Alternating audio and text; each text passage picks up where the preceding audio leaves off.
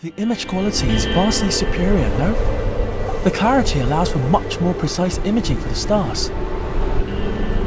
You know, interestingly, when people believe they are wishing upon shooting stars, they are actually wishing upon rocks falling and burning up in the atmosphere.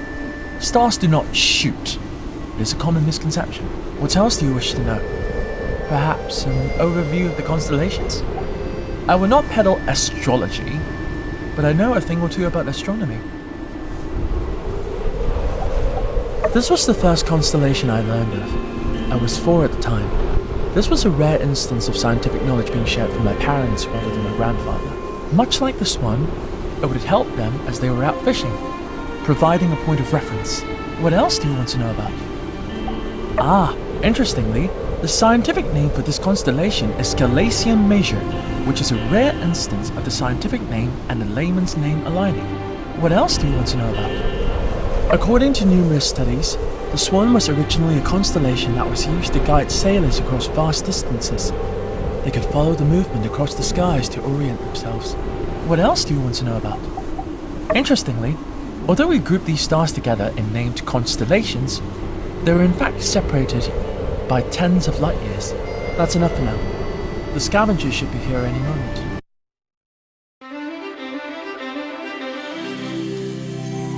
Bingo! Now! Perfect! It's a lot clearer than I thought. Take a look here. This has to be the satellite's antenna.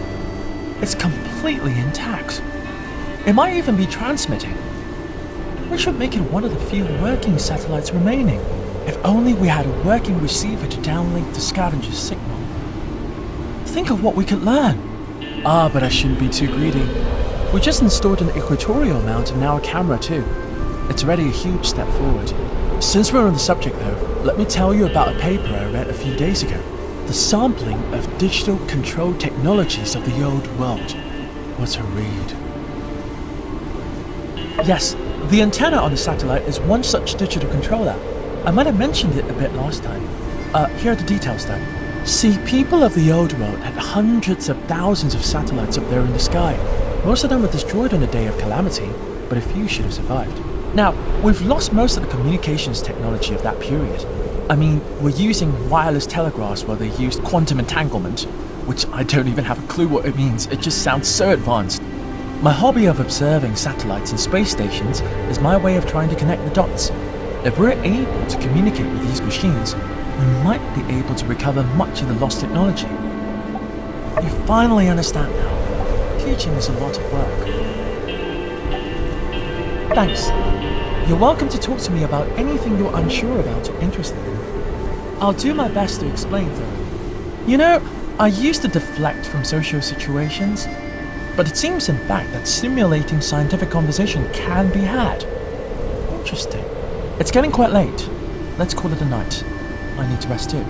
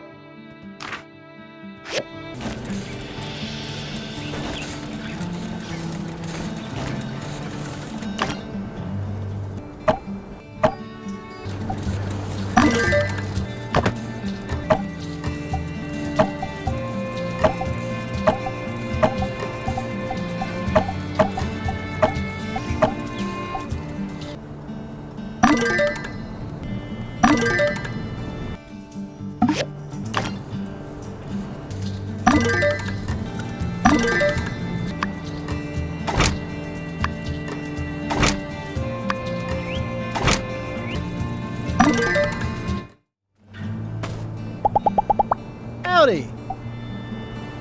Yeah?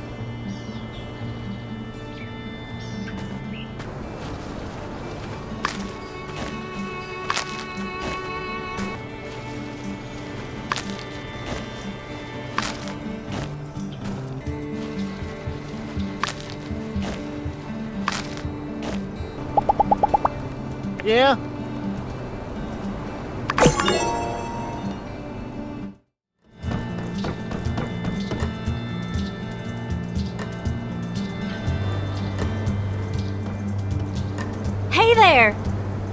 Fancy seeing you here.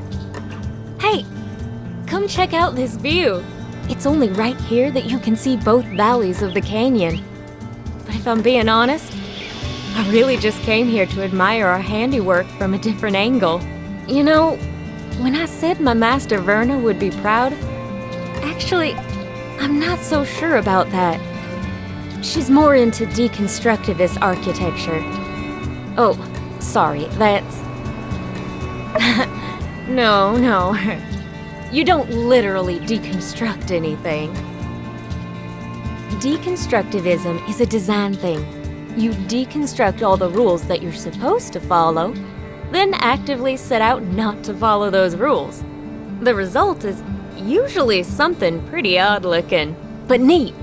You know, if you're good at it. Verna's probably one of the first architects since the Old World that uses this style. And I was pretty good at it too. It's just that this bridge doesn't really need the extra bells and whistles. Know what I mean? Here's one for you. Verna used to ask us this as new apprentices. Would you rather build something really beautiful or really useful? Exactly, yes. The world being the way it is, that's what we have to be doing. Making the free cities a better place for those who need it, with useful constructions. Master Verna, however, doesn't see things that way.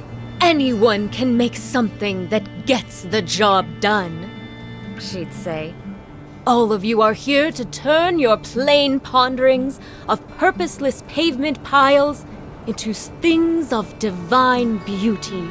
And though I do and always will appreciate a good alliteration, that ended up not being the path for me. Now don't get me wrong, I love superfluous geometric patterns on my buildings as much as the next gal. It's just, I couldn't stay in Atara working on vanity projects, knowing that the people I care about were here hurting. So after I finished my apprenticeship, I packed my bags, tossed all my job offers in the trash can, and bought a one-way ticket back to Sandrock. My master, she's a piece of work. You know the last thing she said to me?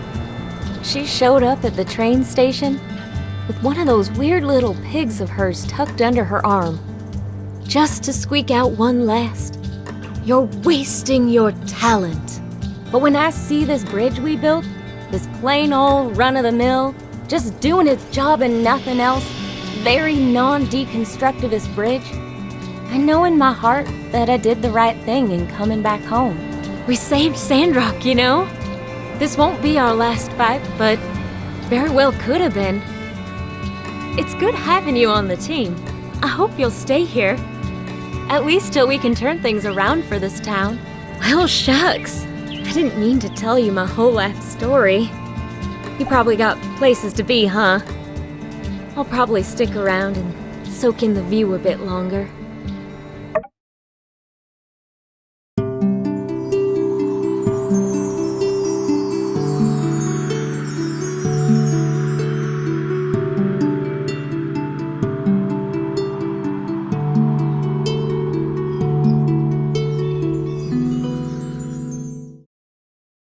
Well, I've rested long enough. About time I headed back. That was fun. We should hang out more.